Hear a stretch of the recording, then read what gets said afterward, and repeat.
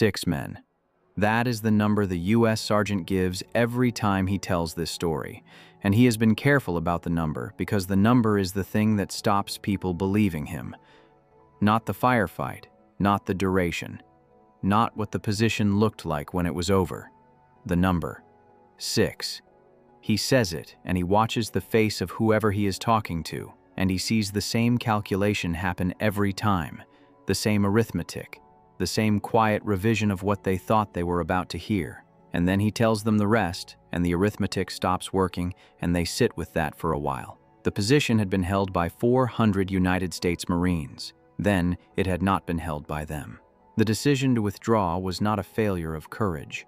That needs to be stated plainly because the sergeant states it plainly every time, with the particular emphasis of a man who has worn the uniform and knows what it costs to leave ground. The Marines who had been at that position had fought for it. They had taken casualties on it. The decision to withdraw came from above them, from a formal tactical assessment that moved through the battalion and regimental chain, and concluded that the ground could not be sustained with the forces and resupply available against the level of Taliban pressure being applied. The assessment was documented. It was approved. It was correct by every metric the assessment used.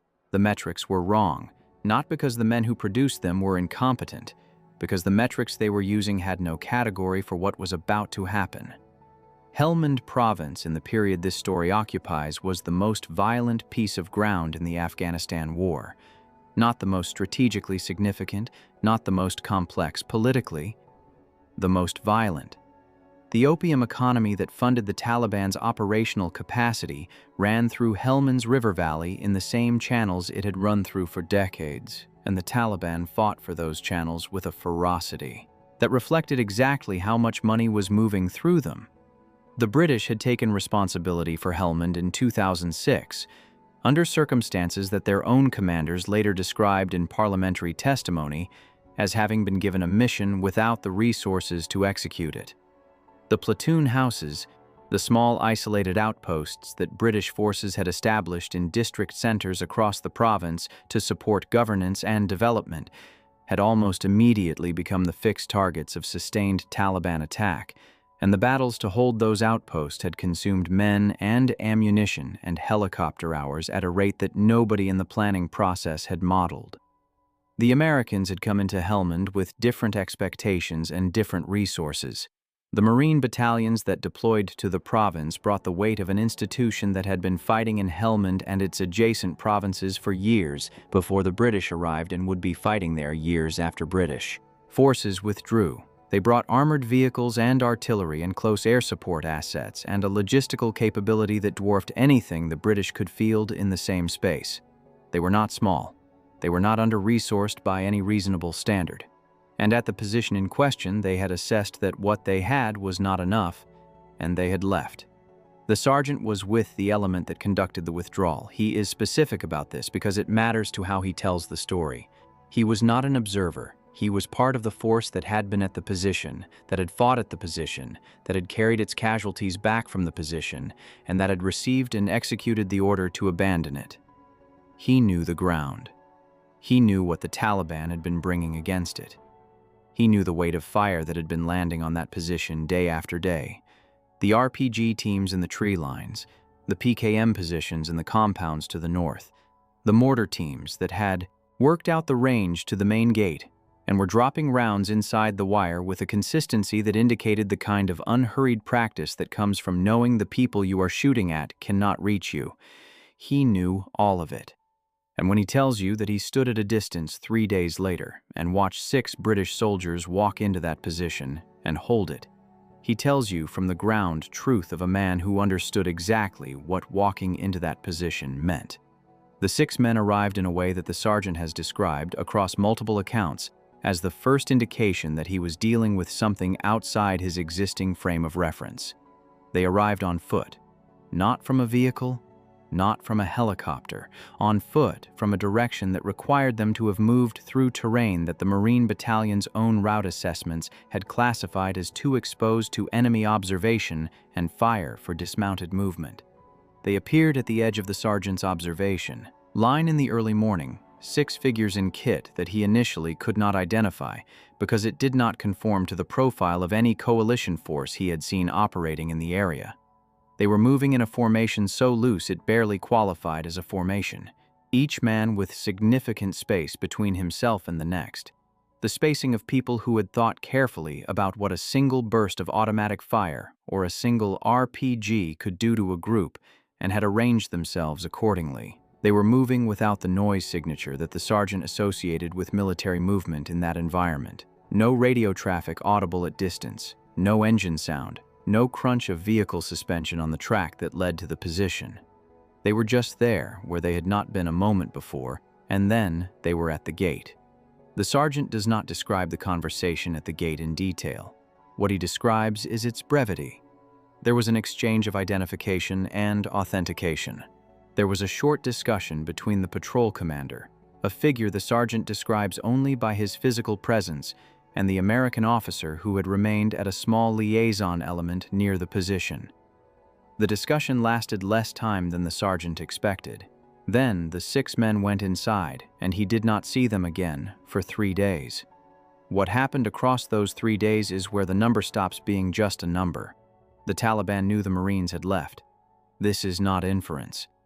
The Taliban's intelligence picture in Helmand during this period was comprehensive and often faster than the coalition's, sustained by a population that was either sympathetic, coerced, or simply practical about who controlled which piece of ground on which day. They knew the position had been vacated by a battalion-sized element. Their response was to treat the ground as recoverable and to begin the process of recovering it with the kind of systematic, unhurried pressure that a force applies to a position it believes it has already won. What they did not know, because there was no reason for them to know it, was that 6 men had walked in from an unexpected direction in the early morning and were now inside a position designed to hold several hundred. The first contact came on the afternoon of the day the patrol arrived, which means the patrol had been in the position for less than 12 hours when the Taliban began testing the perimeter. The sergeant was observing from his liaison position at sufficient distance to have a line of sight to the northern approach, which was where the testing began. He describes it as a probe rather than an assault. A small group of fighters moving toward the compound wall from the tree line, covering each other, watching for the kind of defensive response that tells an attacker what he is dealing with. They were gathering information. They needed to know how many were inside and where the firing positions were, and whether the people inside would hold or would do what the previous occupants had done. The response they received told them nothing useful. That is the specific thing the sergeant notes when he describes it. The fire that came from the position was accurate enough to stop the probe and force a withdrawal, but it revealed nothing about the number of people producing it. It came from positions that the probing element could not have anticipated, which meant the people inside had not used the existing prepared positions that any force holding the ground would have defaulted to. They had moved. They had looked at the positions available to them, assessed which ones an attacking force would expect to be used, and used different ones. 6 men had just produced a defensive response that gave an experienced Taliban probe commander nothing he could work with. This is a specific skill. It is not instinct, and it is not improvisation in the sense of making something up under pressure. It is the application of a doctrinal framework, the framework of the 4-man patrol operating in a hostile territory without support, that had been developed by the SAS across campaigns from Malaya to Oman to Northern Ireland to the Gulf, and that existed precisely for the situation these 6 men were now in. The framework begins with a single principle so old it predates the regiment itself. Ground is not held by numbers. Ground is held by whoever controls the information about what is on the ground. Control the information, and you control the tactical situation regardless of the balance of forces. Lose the information, and numbers become irrelevant because the side with numbers will always outnumber you. The SAS selection process, the 5 months of progressive attrition on the Bresson beacons, and in the continuation training that followed it, was not designed to produce soldiers who were better at the things all soldiers do. It was designed to identify and develop the specific combination of attributes that the framework required: the navigational self-reliance, the ability to move alone in any terrain using map and compass and dead reckoning and the reading of ground, because a patrol that cannot navigate independently cannot control its own position. The physical endurance, not the peak performance of a man operating fresh, but the sustained capability of a man who has been operating for 72 hours without sleep in difficult country carrying weight that would have broken most candidates before they reach the end of the first week, because the situation that requires the framework is never the situation where the operator is rested and resupplied and starting fresh. The psychological self-sufficiency, the quality that the directing staff on the Beacon beacons were measuring when they sent a candidate alone into the hills with a Bergen and a series of grid references and no information about the time limits, because the framework collapses the moment an individual inside it requires external validation to continue functioning. Each of the 6 men at the position had survived a selection process that eliminated over 90% of those who attempted it.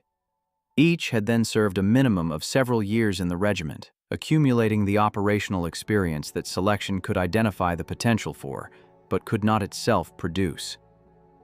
Each had been through the killing house at Hereford enough times and on enough subsequent operational deployments that the close-quarter battle drills were genuinely automatic, running without conscious direction at speeds that the conscious mind could not have managed.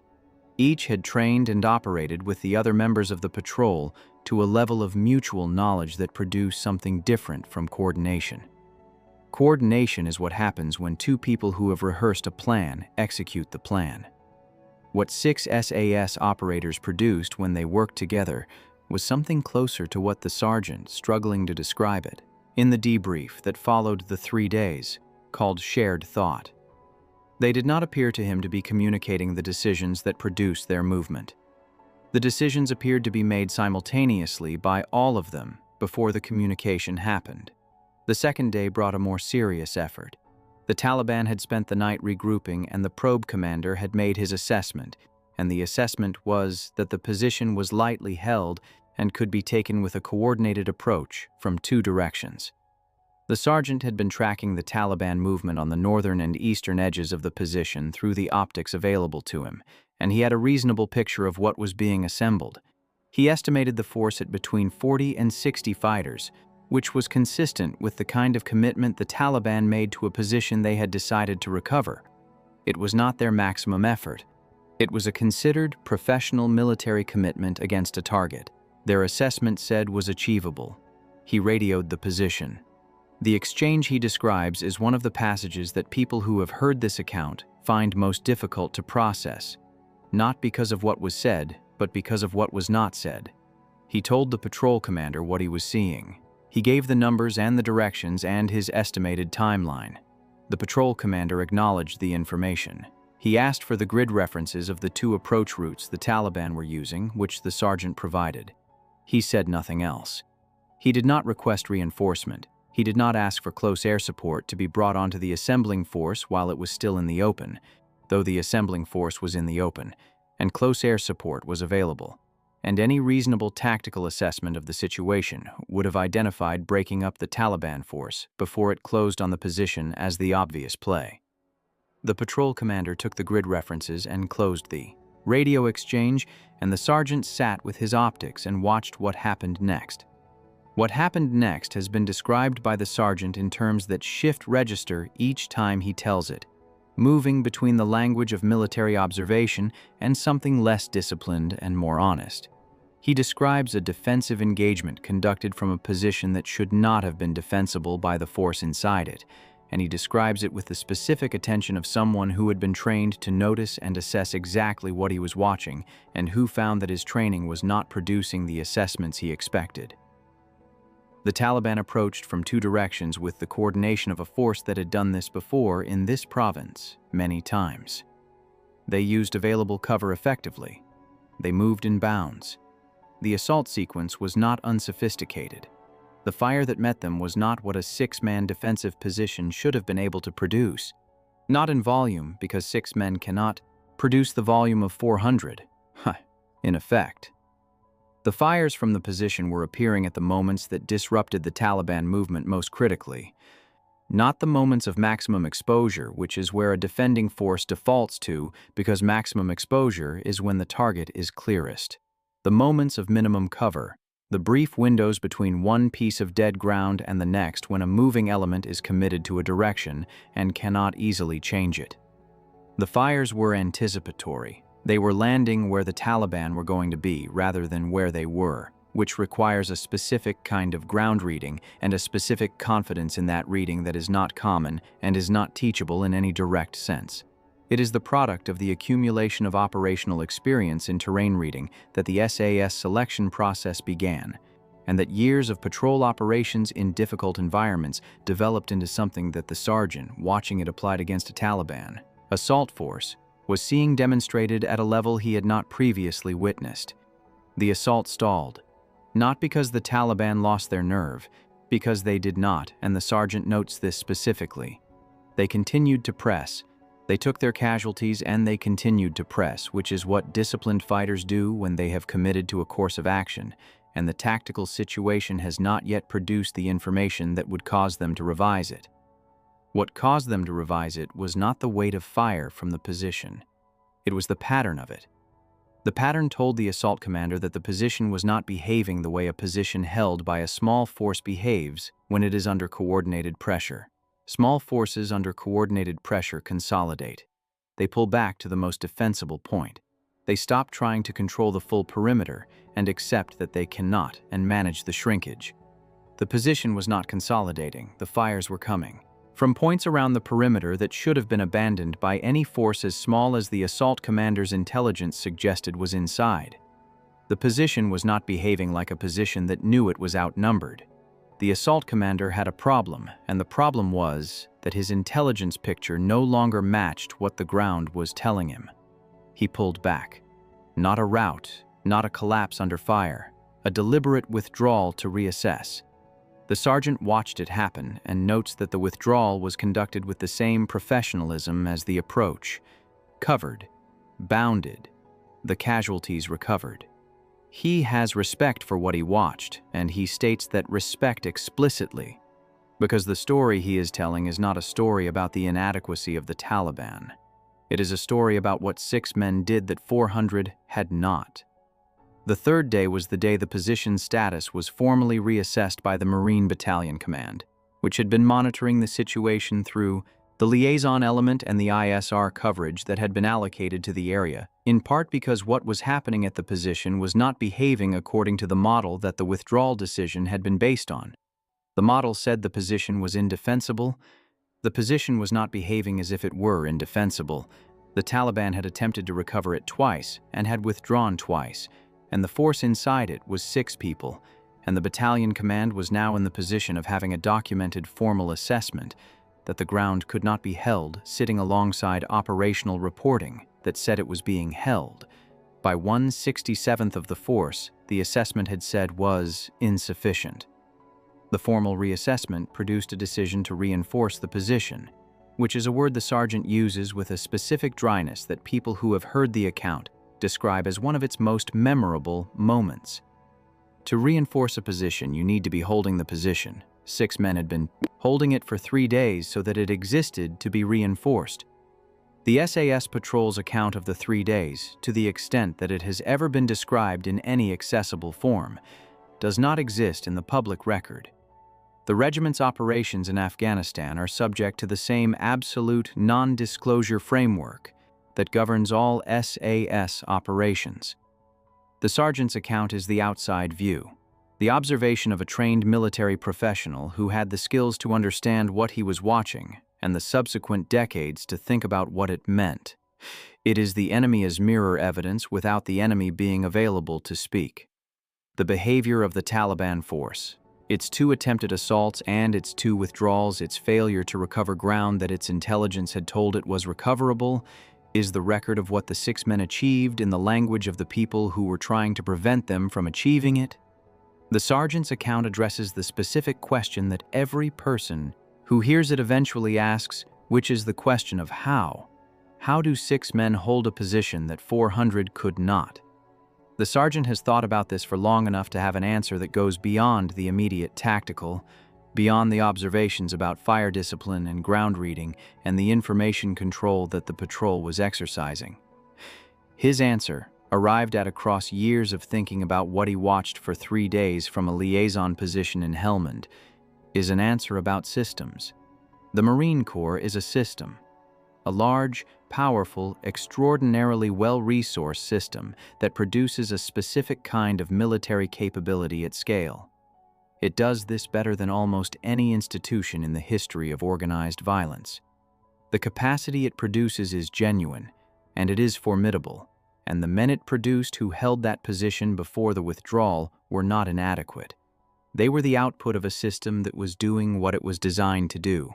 The system was designed to produce coordinated capability at scale, the integration of large numbers of individual soldiers into a coherent fighting force whose effectiveness came from the multiplication of individual contributions through doctrine, technology, and command architecture. The individual Marine was good. The Marine unit was very good. The Marine Corps as a system was what the battalion commander was managing when he made his assessment, and the assessment was correct for the system it was made about. The SAS is a different system. A much smaller system, deliberately smaller, sized by the selection attrition that produces its operators rather than by any target strength requirement. It does not produce coordinated capability at scale. It produces something that does not scale, which is why it does not try to. It produces individual operators whose capability at the individual level is so far removed from the standard military baseline that the normal relationship between numbers and tactical outcomes breaks down when those individuals are applied to a problem. The breaking down of that relationship is not a side effect of what the SAS does. It is the point of what the SAS does. David Sterling's founding insight, the insight that L detachment in the North African desert proved against Rommel's airfields in 1941, was that the multiplication of individual capability could produce effects that the addition of numbers could not. Destroy 350 aircraft on the ground with teams of 4 and 5 men, not because 4 men fighting together are better than 40 men fighting together, because 4 men who are each capable enough can get to the airfield when 40 cannot. The 6 men at the position were not 400 men compressed. They were 6 people, each of whom had been selected and trained to operate in conditions that would have rendered most soldiers ineffective, and who were therefore not subject to the same relationship between numbers and capability that the East Battalion Commander's assessment was built on. The assessment was built on a model of military capability that was correct for the force it described. The force it failed to describe was the one that walked in from an unexpected direction in the early morning and was inside the wire before the sun was fully up. The sergeant came back to the United States after his deployment. He went through the debrief process and returned to his unit and continued serving, and eventually left the Corps with the honorable record of a man who had done his job well across multiple deployments in multiple difficult environments. He is not a man with a thesis. He is not making an argument about force structure or doctrine or the relative merits of different national approaches to special operations. He is a man who saw something that he could not account for with what he knew at the time, and that he has been trying to account for ever since, with what he has learned since, and his accounting remains incomplete in the way that honest accountings of extraordinary things remain incomplete. He tells the story with the number first, 6. He watches the face. He sees the arithmetic, and then he tells the rest. The Taliban came back a second time, and the position did not fall. That is the arithmetic that the number 6 does not produce by itself. That is the arithmetic that takes 30 years of institutional knowledge and 5 months on the Brecon beacons and thousands of rounds through the killing house at Hereford and the specific kind of psychological self-sufficiency that the directing staff on the hills were measuring when they sent a man alone into the fog and the cold and recorded only whether he arrived at the grid reference within the time limit. That is the arithmetic that the battalion commander's assessment had no category for, because no assessment framework contains a category for what happens when the people inside the position are the 6 specific people who were inside that position. The formal record of the 3 days is classified. The after-action reporting from the British element is in a system that is not accessible to journalists or parliamentarians or freedom of information requests. The Taliban's operational record of its 2 attempted assaults on a position it had been told was empty does not exist in any form that the public record can reach. What exists is the sergeant. What exists is the number 6. What exists is the account of a man who was trained to observe military operations and who observed one that his training did not prepare him for, and who has been describing it in the careful language of a man who knows what he saw and knows how it sounds ever since. He says he saw 6 SAS hold a position that 400 Marines had already abandoned. He says it happened. He says he watched it for 3 days from a liaison position with optics good enough to see what the fires were doing and where the Taliban were moving and when they stopped moving and when they pulled back. He says he filed a report about it and that the report went into the system and that he does not know what the system did with it. He says the position was reinforced on the 4th day and that when the reinforcing element went in, they found the 6 men and that the 6 men were ready to go out again. He says he has told this story many times and that people hear the number and do the arithmetic and the arithmetic does not work, and then they hear the rest and the arithmetic still does not work. And he tells them that is the correct response. The arithmetic is not supposed to work. The arithmetic working is what 400 looks like. What 6 looks like is different. What 6 looks like is a position still standing on the 4th morning in ground that the assessed military situation said could not be held, and 6 men inside it ready to go out again, and a Taliban force that had tried twice to take back what it thought it had already won and had gone back to its commanders with a report that the position was not behaving the way a position with 6 people inside it was supposed to behave. The battalion commander's assessment is in a file somewhere. The assessment that said the ground could not be held. It was a correct assessment of a real tactical situation based on accurate information about the forces available and the enemy pressure being applied. It was also, from the 4th morning onward, a document that described a situation that had not obtained for 3 days, because 6 men had walked into the assessed indefensible position in the early morning and had declined to be bound by the assessment. The sergeant has the number. He gives it first every time. He watches the face, and then he tells you what the number did.